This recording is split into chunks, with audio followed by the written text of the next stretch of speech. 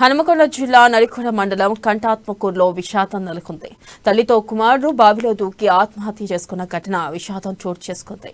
ఇదే గ్రామానికి చెందిన మామిడి కావ్య కుటుంబ కలహాలతో తల్లి ఇద్దరు కుమారులతో సహా బావిలో దూకింది. ఇక బావిలో తల్లి ఒక కుమారుడు మృతి చెందాడు.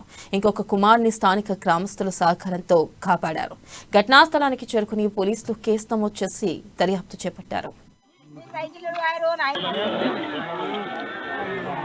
మామిడి కావ్య అన్న యూహ్ని 30 సంవత్సరాలు ఉంటాయి.